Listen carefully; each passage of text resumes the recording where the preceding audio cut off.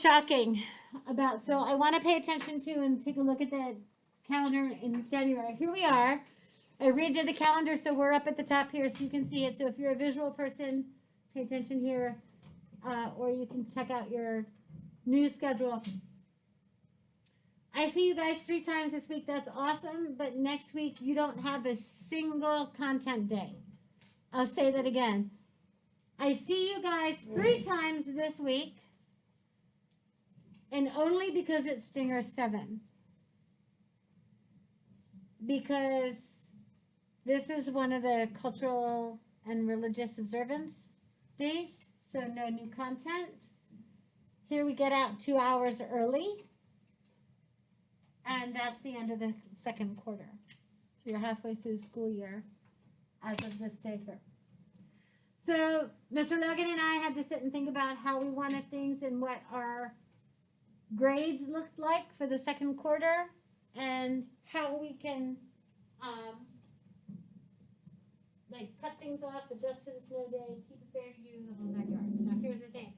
This is what drives me crazy. I talk to kids and I explain everything and you look like you're paying attention, and then you turn around and you ask me the same exact question that I just answered. So we want to avoid that, because that means either you weren't listening or I didn't do a good enough job explaining. And we want to make sure that we don't have that disconnect. So here we go. There will be no new grades for you for the second quarter. So the progress report that I sent out to you last week, that's about it. The only exceptions are if there's a homework assignment that I signed and put in individually in SIS. If you want to still turn that in, I will accept it no later than this day here, the 14th. We are going to talk about points of concurrency for our segment, angle, bisectors, medians, and altitudes.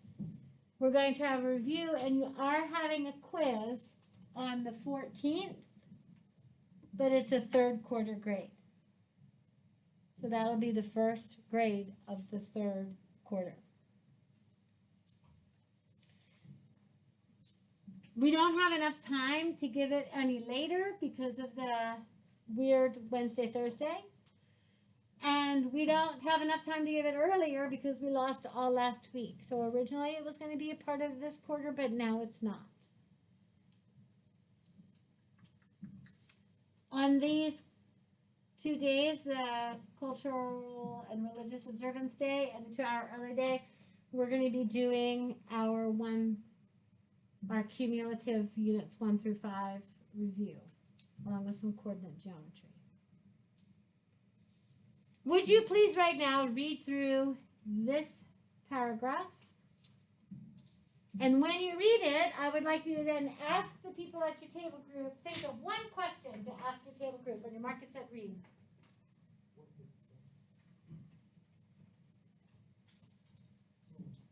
We'll talk about that too. We'll get to that in a minute.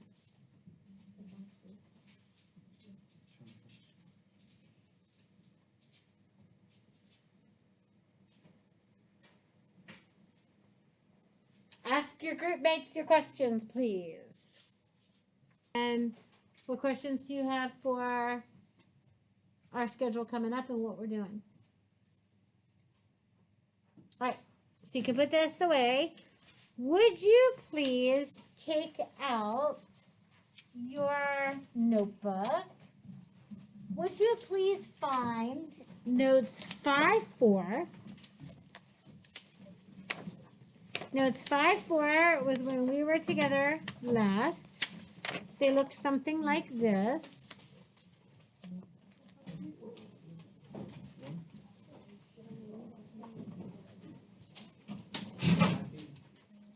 And with your group mates, will you please page through notes 5-4 and talk about the content, the big ideas that's listed in those notes, and your mark is at 12.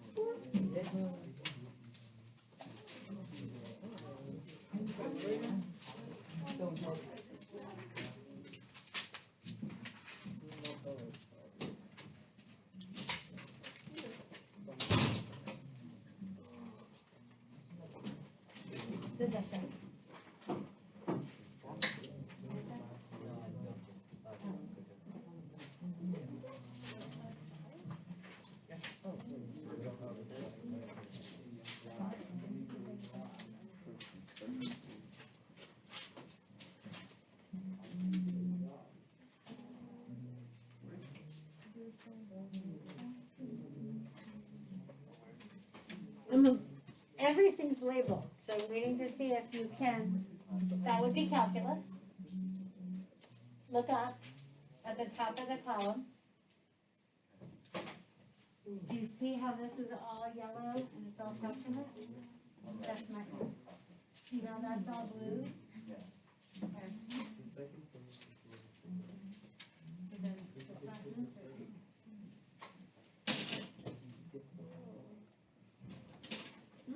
All right, so when we were together the time before last, we talked about midsegments and bisectors and triangles. And we kind of foreshadowed these cool segments that were coming up next, but we first focused on midsegments. And when we talked about midsegments, we also happened to talk about perpendicular bisectors and angle and bisectors at the same time. We talked about how we measure distance, always with a perpendicular line, because that's what's shortest. We talked about the midsegment theorem. And right there on Schoology, you can always download them from there. And we talked about how important it was to know that this segment that's created from the midpoints of two sides has two pretty cool characteristics. First of all, it's going to be parallel to the third side. And this is half as long as that. So we went ahead and we thought about how could we prove that theorem. And we went through the whole idea of putting it on a coordinate plane. And then we went ahead and used our midpoint, slope, and distance formulas. And we did all of this work to go ahead and prove that, yep, this segment was indeed parallel because it had the same slope and half the distance of the third side. And then we went ahead and explored more midsegments and said, hey, look, these midsegments create actually 4 congruent triangles when we connect them all, because everything has a distance that is 1/2 of that other distance, and it was created by using the midpoints. Then we went ahead and we talked about the perpendicular bisector theorem, saying that if a point is on the perpendicular bisector, it's equidistant from the vertices. And we proved that through a side angle side congruence. These two sides of the triangles, because this is the bisector.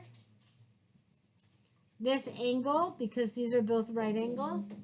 And this side, because no matter how high or low, long or short this side is, it's going to create these two congruent triangles. So this point is going to be equidistant to each of these endpoints through CPCTC. And then we went ahead and talked about the converse. Hey, if it's equidistant, then it's on the perpendicular bisector. We talked about the angle bisector. We said, okay, if a point is on the angle bisector, then it's going to be equidistant to the two sides. And again, that creates a congruence of two different triangles, because I always measure distance using a right angle. This angle's bisected, and this side, no matter how short or long, through the reflexive property is always going to be congruent. So through angle side congruence, I'm always going to have that angle bisector creating a congruent triangle. So through CPCTC, this distance is always going to be the same from any point on this angle. We did some practices. We did some homework. We did all of these practices where we played with midpoints, perpendicular bisectors, and angle bisectors. Okay, that was your review. Now we start talking about notes 5.5. And we're going to start talking about all of these different segments that create points of concurrency. Our mid-segments do not. Our mid-segments do not create a point of concurrency. But our angle and segment bisectors do. Our medians and our altitudes do. First, some vocabulary. A concurrent line is going to be a set of lines that creates an intersection point. So anytime you have concurrent lines, they intersect. And we talked about this last time when we did all of our folding with our triangles. If you have two lines that intersect, nobody's impressed by that. So what? The lines intersect. Big deal. There's always one point of intersection, no matter where the lines are. I'm not impressed by two lines crisscrossing. That's common. When I take my third line, and this line could intersect these two in any place possible, and it happens to go through the exact point of where these other two intersect, that's a holy cow wow moment. What? Are you kidding me? Of all the places these could have intersected, it intersected here. That's nuts. So that's where it intersects. So that's what we talk about concurrent lines. Anytime we're talking about lines that are intersecting, those are concurrent lines. That point of concurrency, that's going to be the point where those lines intersect. So concurrent lines, intersecting lines, I can have 2, 3, 4, however many. That point of concurrency is the holy cow wow moment. Are you kidding? They all cross at that same point? Yes, they do. Our first set of lines that we started talking about when we were together last, and we had all of our colored triangles, were our perpendicular bisectors. And our perpendicular bisectors were where we talked about the green triangles. If you have your triangles with you, and you want to take them out, if you have your triangles from last class and you want to take them out, go ahead. Because how cool is it to fold all of those triangles and see each of those intersecting points? I don't hear anybody paper shuffling. Is there a reason why nobody's taking out their triangles? Did you throw them out? You didn't hug them and love them and keep them and save them? I put mine on the board for you all to see. Our green triangles was where we talked about creating perpendicular bisectors. And when we did that, we ended up with a circumcenter, which is where each of these perpendicular bisectors intersected. The perpendicular bisector, keep in mind, goes from the midpoint to the opposite side or angle, nobody cares, and it makes sure that it goes at a right angle. So I know that if this is a perpendicular bisector, I know that it's bisected that segment. Those two distances are the same. And I know that this is going to be perpendicular, as is this and this with this perpendicular story.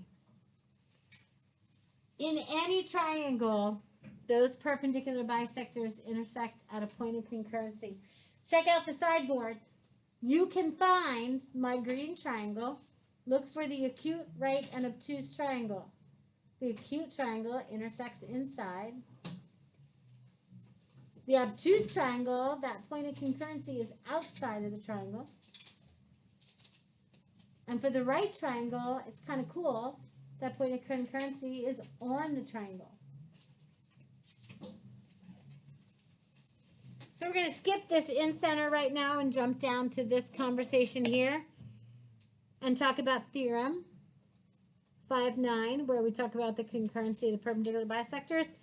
The perpendicular bisectors intersect at a point that is equidistant from the vertices. Let's talk about what that means. I can look at this triangle and I can know that these are perpendicular bisectors. I see that each side is bisected. I see that this is at a right angle.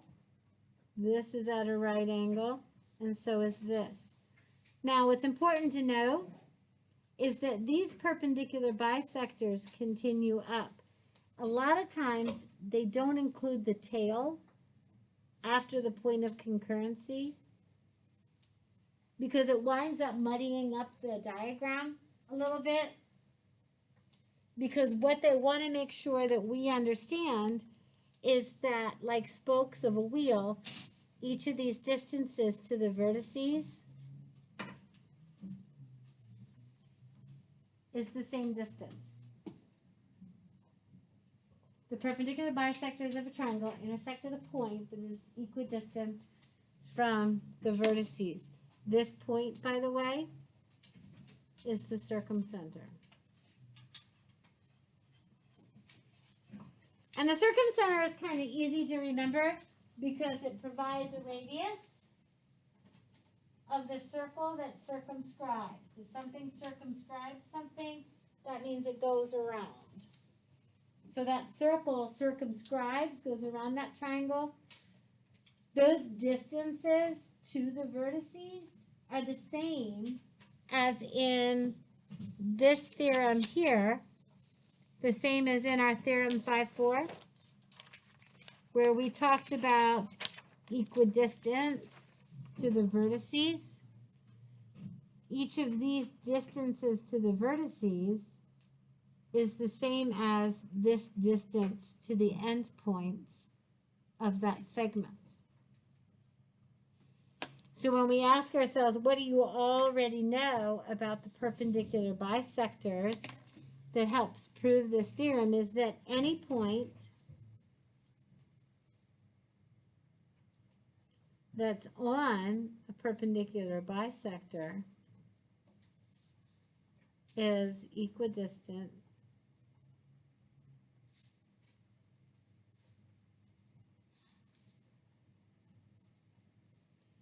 to the segment endpoints.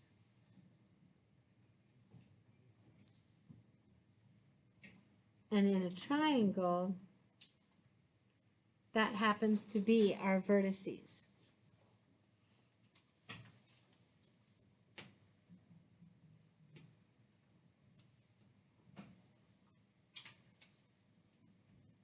So when it comes time to studying, we want to revisit our green triangles. We want to remember perpendicular bisector created from the midpoint. A segment that goes from the midpoint up at a right angle, I don't care where it lands. Equidistant to the endpoints, which are the vertices of the triangle. It's called the circumcenter. That distance to the radius is like spokes of a wheel that circumscribes or goes around the triangle. Those were our green triangles. If your triangle is acute, it's inside. If your triangle is obtuse, it's outside. If your triangle is right, there it is right on it. Those were our green triangles. Sound okay? All right, next up, we're going to talk about our in-center. The in-center is the name of the point of concurrency that comes from the angle bisectors. And an angle bisector, it just evenly divides each angle. And this was your blue triangles. So when you look at this picture, you know you're dealing with angle bisectors because I don't have any information about segments. All I have here is that each of these angles was divided. And again, we want to be smart about whether we're talking about angles divided or segments divided. And we want to be sure we're talking about how everything is measured. Because our angle bisectors are going to guarantee the distance to the side of the triangle is going to be the same as measured with a right angle. So we have to get good and understanding that the tail of my angle bisector may or may not be the same as that distance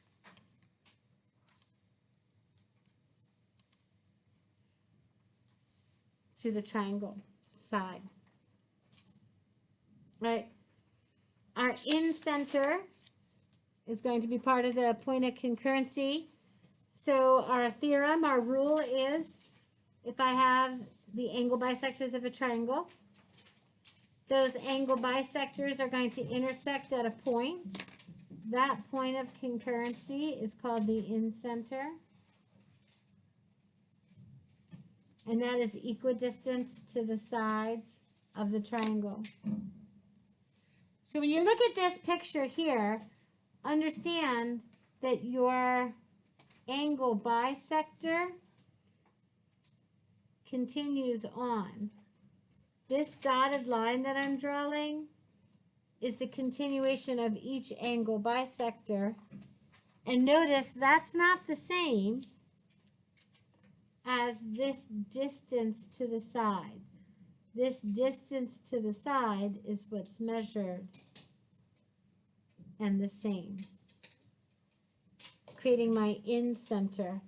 And we remember in-center because they are, those distances is the radius of a circle that can be drawn inside of the triangle. So your circle, your in-center is inside.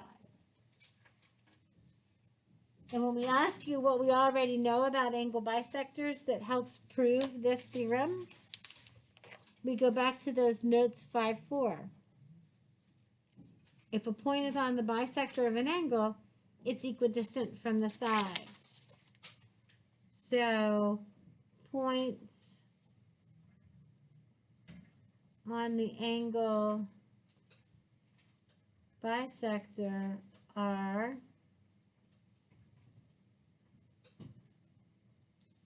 equidistant to the sides of an angle. Notice when we put them all together, that gives us a triangle. All right, so you've got four practice problems here. 1, we're talking about your boats.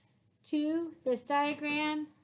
3, this diagram. And 3 and 4, if they're only giving you a little bit of room and a sketch, there must be something that's a little bit of a trick to solve this one. So with your group, please work on 1, 2, 3, and 4. Turn to each other and say, let's go. All right, so the positions of 3 boats are shown in the diagram. I've got 3 boats. We're in the unit on triangles. I'm just going to go ahead and make a triangle out of the boats. So then I'm trying to think about, all right, position of 3 boats are shown in the diagram. The boats are equidistant from a buoy. Where's the buoy? Do you know what a buoy is? It's a little floaty thing that's actually like anchored to the bottom so it doesn't move, so boats can decide, like it helps mark directions and places of channels. Okay, where is it? So here's the thing. I need to basically decide between perpendicular and angle bisectors because that's the only 2 we've had so far. This gets harder. I guess I could talk about mid-segments. But this gets harder once we start talking about the other 2. But we're not there yet. So they go away. All right. So what I want to know is, each of these boats is going to be equidistant from the buoy. Are we talking about distance to the endpoints of a segment or distance to the segments? Am I talking about distance to the segment or distance to the endpoints? Endpoints. So am I talking about perpendicular bisectors or angle bisectors? Perpendicular bisectors. Okay. So I'm going to need to find the circumcenter. Would you say that's an acute right or obtuse triangle? It's obtuse. Look at the green triangles. Is it going to be inside, outside, or on the triangle? Outside. Okay. So here comes a little game we like to play. How good are you at guessing? Because we already know that if you guess the midpoint correctly, get the perpendicular line, and draw the perpendicular bisectors, they're all going to be the same point. So like, now you get to see how good you are at figuring out. To me, this looks like the midpoint. Would you say I'm okay there? So go ahead and guesstimate the midpoints of all three of your sides. Then I like to take some kind of right angle, either the corner of a page or your note card or a ruler, because that there is the perpendicular bisector. And because I know it's an obtuse triangle and I know it's going to intersect outside the triangle, I'll extend it a little further. Now I'm going to use my right angle fancy dancy tool and try to get this one. And then I'm going to get my right angle fancy dancy tool and do this one. Ooh, I was pretty far off. They're supposed to be concurrent. Anybody get them to match up? Did you? So theoretically, if I have my midpoint and I draw a line that's perpendicular, they should all meet at a point that this one looks like my line went crooked. So we'll call it here. So we'll go ahead and say that this is the location of that's the location of the buoy. Now, yeah, it's a perpendicular bisector. Now, if I had a compass, then I could definitely take more time to make sure that I'm more precise about finding my perpendicular and using my right angle. If I had a compass, I would definitely be more precise. What I want from you is that you would recognize that it's outside of the triangle because the triangle is obtuse, and that you would need to know that it is equidistant to each boat, which is what is on the vertex.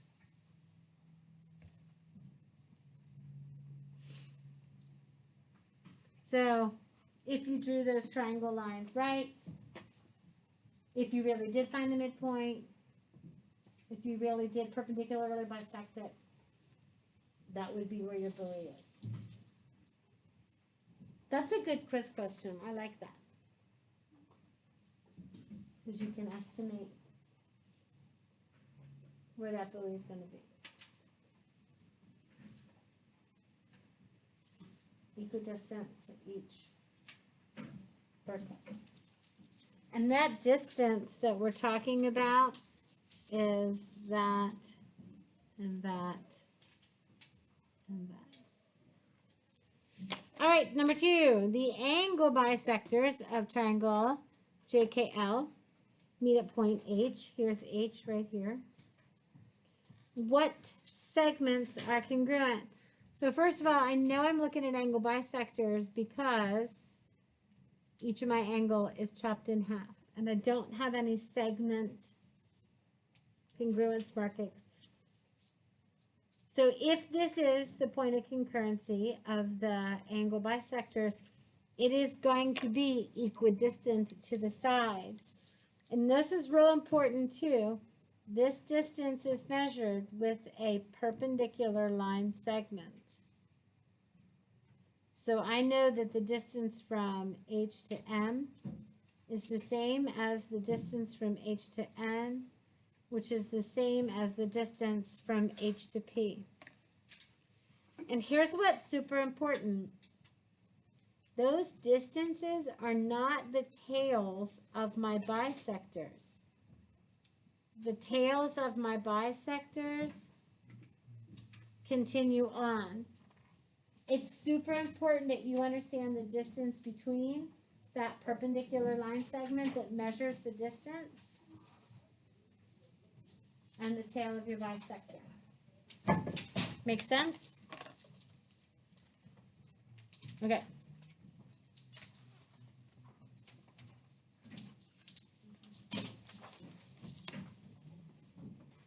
Okay. So now it's asking you to find the distance from H to P and the distance from H to N. Well, notice we just said that they're all the same. But what I want you to think about is hidden in all of these triangles is all of the past triangle knowledge. So every time you look at a triangle, if you see right angles, you should be thinking and looking out for Pythagoras.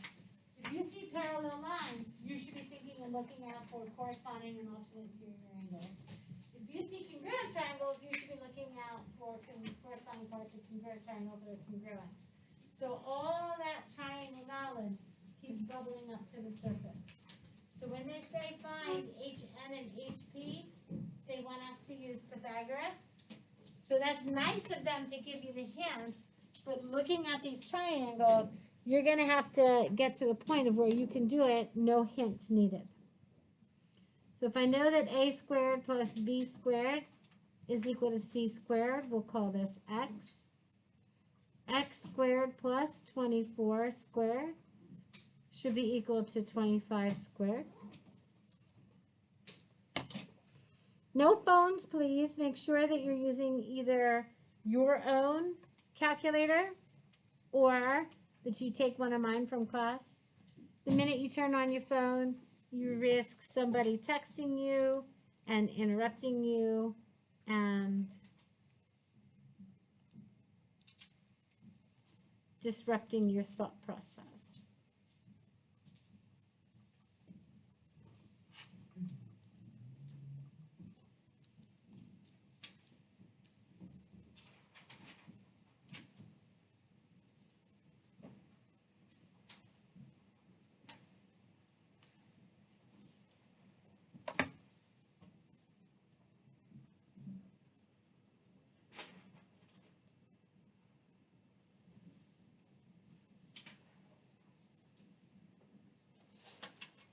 In the diagram, the angle bisectors meet at point H.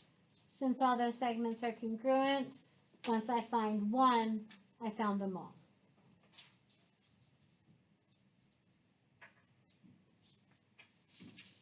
Everybody okay with that?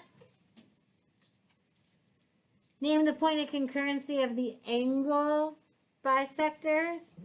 Here's a bisected angle and the bisector. Here's a bisected angle and the bisector.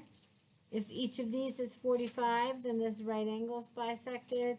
So my in-center, use the vocabulary every chance you get, is at point C.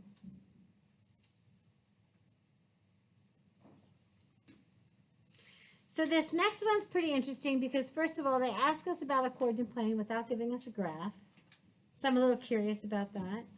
So I'm going to go ahead and I'm going to sketch it. So go ahead on your paper, draw a little coordinate plane and give yourself point A at 0, 0, point B at over 4 up 0, and point C at over 4 down 3. Draw a triangle. Decide with your classmates what kind of a triangle is that. Turn and talk.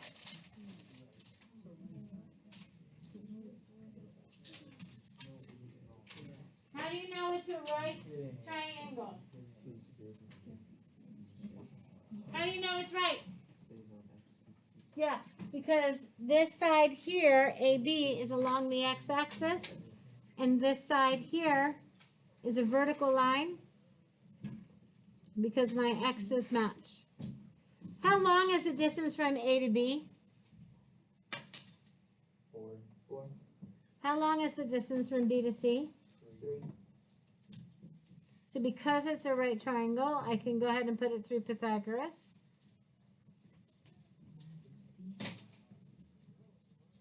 Anybody recognize Pythagoras' famous triangle?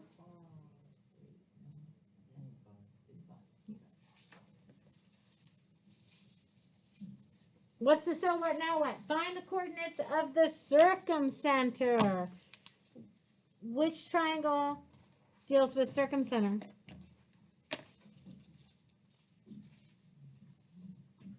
Which point of concurrency is the circumcenter of? Is that midpoints? Was that mid-segments, perpendicular bisectors, or angle bisectors?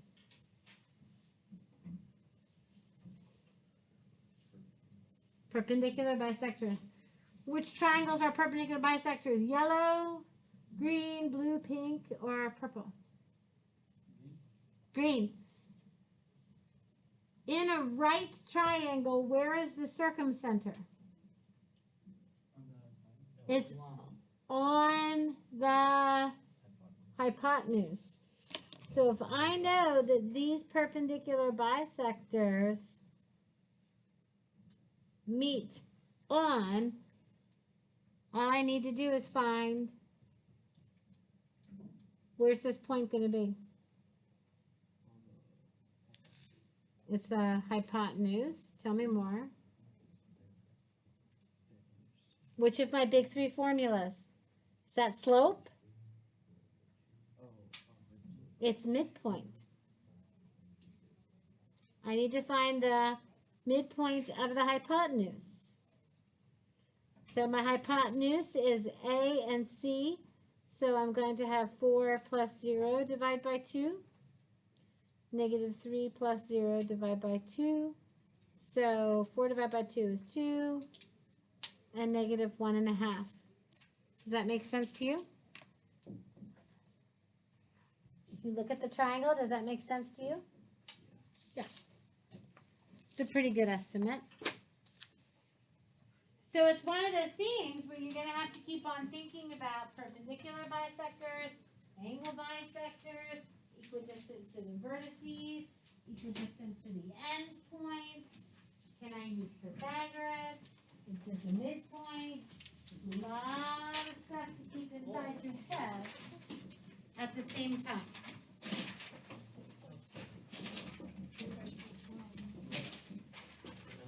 So 4-6 period gets this lesson tomorrow with, they haven't folded any triangles yet.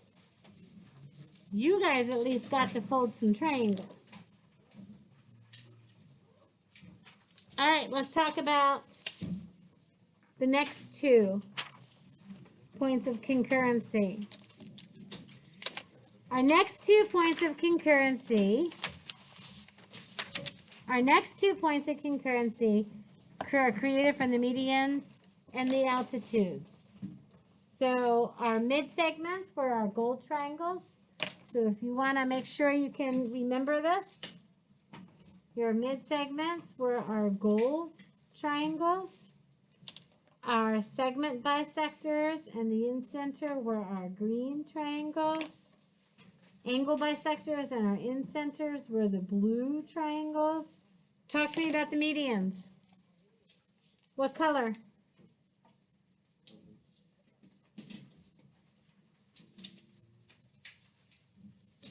They were our pink triangles. If you have your pink triangles, those were the fun ones. Those are the ones that when you found your medians, you could balance it on your finger. Remember doing that? Hold it and balance it on your finger. By definition, the median is that segment that goes from the midpoint to the segment opposite the vertex. So if I have my midpoint here, all I need to do is connect my midpoint to that segment opposite my vertex.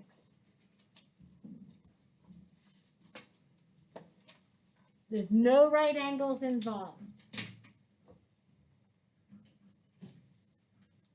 That point of concurrency where they all meet is called the centroid. And that was that balance point of the circle. I know that it's the medians because each of these segments is divided. I know that each of these segments goes to the opposite vertex. Hop down here to our notes when we talk about that point of concurrency of the medians. That point has this 2/3 relationship And this point, remember, is called the centroid. 2/3 of the distance from each vertex to the opposite side of the triangle.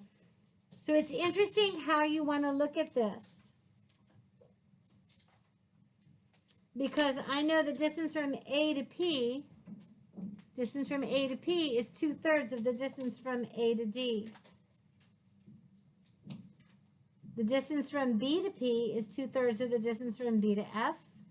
The distance from C to P is 2/3 of the distance from C to E.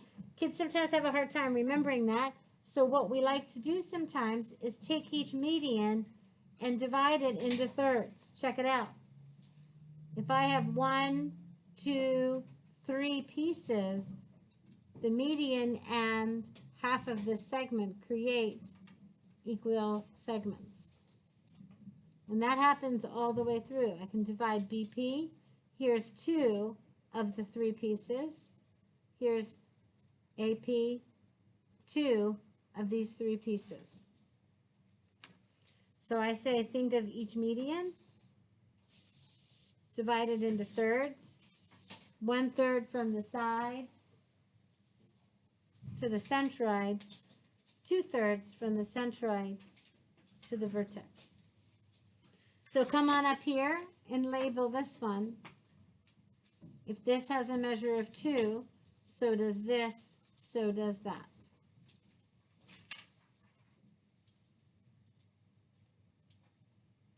That's going to be our centroid. All right, when we talk about our final one, our purple triangles talk about the point of concurrency of our altitudes, and that's going to be the orthocenter. When you draw a perpendicular line segment from the vertex to the opposite side, that's our height of the triangle. And here we find out that the lines containing the altitudes of the triangle are concurrent. Notice that's all they have to say. There's not a lot to say about the height. It's just the height of the triangle. From the vertex to the opposite side at a right angle. And they all meet at a point of concurrency. And this point of concurrency is our orthocenter.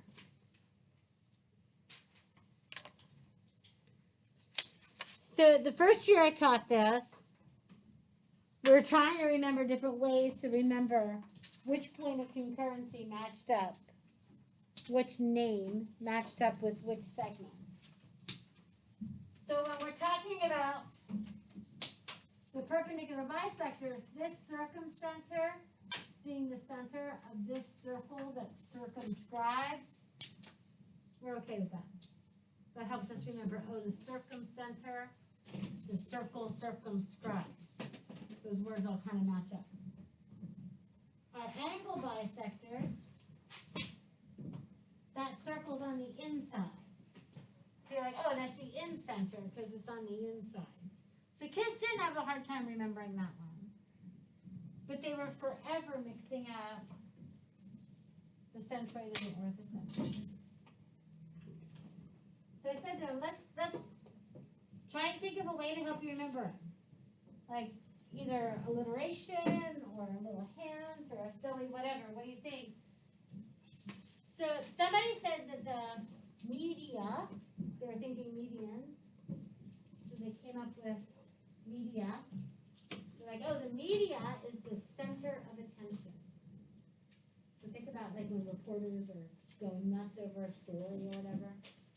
So they're like, the medians make the centroid because the media is the center of attention. Do you think that's something you can help remember? Does that make sense to you? If you come up with something better, let me know. So then when it came time to remember the orthocenter, straight from the altitudes, I was like, okay, altitudes, orthocenter. Anybody have a connection between those two words? And the little kid that sat in the back, who was really quiet, barely heard from him all year. He calls out super loud. My orthodontist's name is Al. Okay, so he was trying to make the connection between between orthocenter and altitudes. So we have Al the orthodontist. If you can come up with something better, there's some orthodontist out there named Al from, I don't know, 10, 11, 12 years ago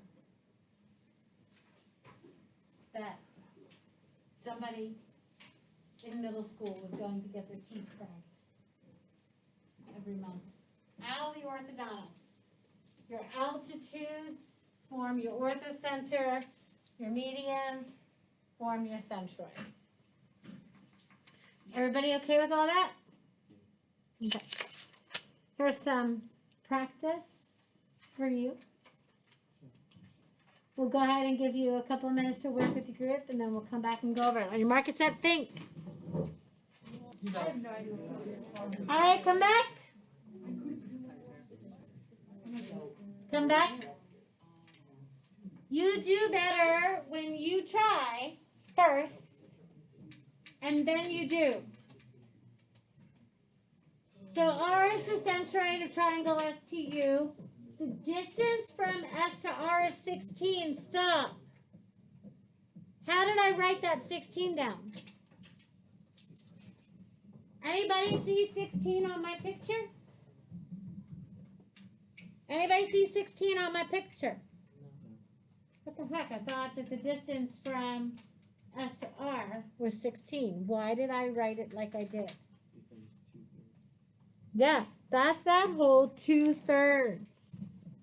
This distance here is going to be 2/3 of this whole distance. But what I want you to think about is dividing that whole median into 3 pieces. 2 of those pieces are here. 1 is here. That 16 evenly divides into 8 and 8. And then coming up with these distances is then super easy. Notice I did that down here too. Once they told me to find the centroid, I found the median, and I drew the median from the midpoint to the opposite vertex. My median goes from the midpoint to the opposite vertex. If I'm talking about these distances from G to F or D to H, I can't get that from the coordinate plane. I need to use the midpoint formula because it's diagonal. It doesn't go straight. I can't count it. You know that, right? But check out EJ. He's a vertical line. So I can count these.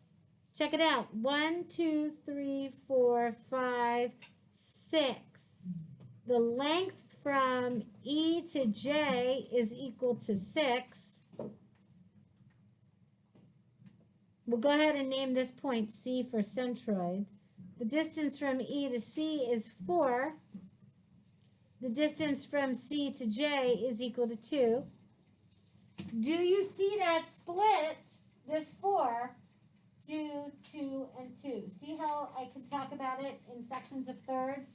2/3 are here, and 1/3 is here.